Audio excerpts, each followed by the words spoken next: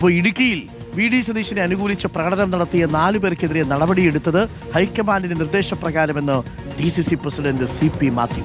മറ്റിടങ്ങളിൽ നടപടി ഉണ്ടാകുന്നുമോ എന്ന് താൻ പരിശോധിക്കേണ്ടതില്ലെന്നും CP മാത്യു പറഞ്ഞു. പ്രവർത്തകരുടെ വൈകാരികത മനസ്സിലാക്കണമെന്ന ഡീൻ കുര്യാക്കോസ് MP-യുടെ പ്രസ്താവനയ്ക്ക് പിന്നാലെയാണ് CP മാത്യുവിന്റെ പ്രതികരണം. മുഖ്യമന്ത്രിയുമായി ബന്ധപ്പെട്ടുള്ളവരിൽ പരസ്യ പ്രതികരണങ്ങളോ ഒന്നും നടത്താൻ പാടില്ല, പ്രകടനങ്ങളോ നടത്താൻ പാടില്ല എന്നുള്ള കർശനമായ താക്കീതാണ് കോൺഗ്രസ് ഹൈക്കമാൻഡ് നൽകിയിട്ടുള്ളൂ. എന്നാൽ അതിനെ ധിക്കരിച്ചുകൊണ്ട് തൊടുപുഴയിൽ ഒരുവട്ടം ആളുകൾ പ്രകടനം നടത്തി. അതിന് നേതൃത്വം കൊടുത്ത 4 പേരുടെ പേരിലാണ് നടപടി സ്വീകരിച്ചിട്ടുള്ളത്.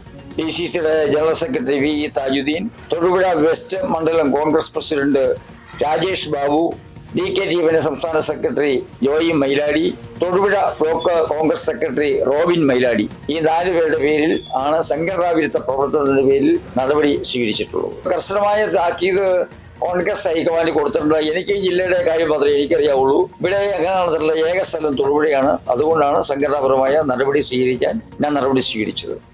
രാഹുൽ സുരേഷ് ഉണ്ട് കൂടുതൽ വിവരങ്ങളുമായി. Rahul Suresh, good morning Rahul. ഇന്നലെ ഇടുക്കിയിൽ ഈ നടപടി സ്വീകരിച്ചപ്പോൾ ഡീൻ കുര്യാക്കോസ് വലിയ വിമർശനവുമായിട്ടാണ് രംഗത്ത് വന്നത്. ജനവികാരമൊക്കെ മനസ്സിലാക്കണം എന്നാണ് ഇന്നലെ ഡീൻ കുര്യാക്കോസ് പറഞ്ഞത്. പക്ഷേ ഇപ്പോൾ DCC പ്രസിഡന്റ് പറയുന്നത് ഇത് ഹൈക്കമാൻഡിന്റെ നിർദ്ദേശപ്രകാരം KPCC നിർദ്ദേശിച്ചതനുസരിച്ചാണ് എന്നാണ്. ഇന്നിപ്പോൾ റോഷിപാൽ പറയുന്നതും സമാനമായ രീതിയിൽ പ്രകടനം നടത്തിയവരുടെ ലിസ്റ്റ് കൊടുക്കാനും അവർക്കെതിരെ അവരെക്കുറിച്ച് ഒരു റിപ്പോർട്ട് കൊടുക്കാനും DCCയോട് ആവശ്യപ്പെട്ടിരിക്കുന്നുവെന്നാണ്. അങ്ങനെയാണെങ്കിൽ DCC പ്രസിഡന്റ് പറഞ്ഞത് ശരിയാകാനാണ് സാധ്യത, അല്ലേ രാഹുൽ സുരേഷ്?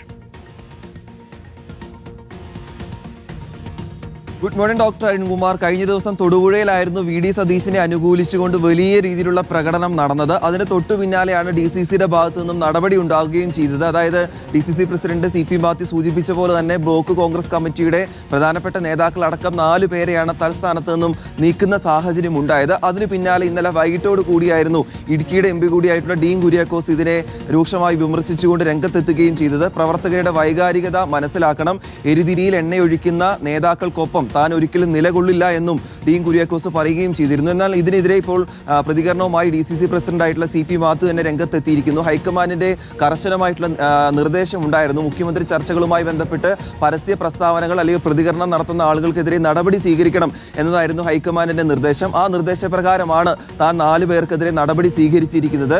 മറ്റ് നടപടിക്രമങ്ങളെക്കുറിച്ച് തനിക്കൊന്നും അറിയില്ല. മറ്റ് ജില്ലകളിൽ നടപടി സ്വീകരിക്കുന്നുണ്ടോ ഇല്ലയോ എന്നത് താൻ അന്വേഷിക്കേണ്ട കാര്യമില്ല. തനിക്ക് നൽകിയിരിക്കുന്ന നിർദ്ദേശം തന്റെ ഇടുക്കി DCCക്ക് കീഴിൽ വരുന്ന ആരെങ്കിലും പരസ്യ പ്രതികരണം നടത്തുകയാണെങ്കിൽ അവർക്കെതിരെ നടപടി സ്വീകരിക്കണമെന്ന് തന്നോട് പറഞ്ഞു. അതനുസരിച്ചാണ് 4 പേർക്കെതിരെ നടപടി സ്വീകരിച്ചിരിക്കുന്നതെന്നുമാണ് അദ്ദേഹം പറയുന്നത്.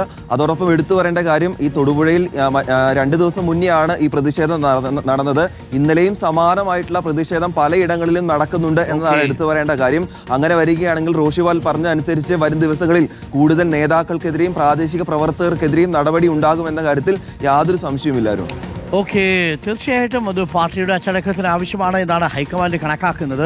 ഇങ്ങനെ പ്രതിഷേധങ്ങൾ പൊട്ടിപ്പുറപ്പെടാൻ തുടങ്ങിയാൽ എന്ത് ചെയ്യും?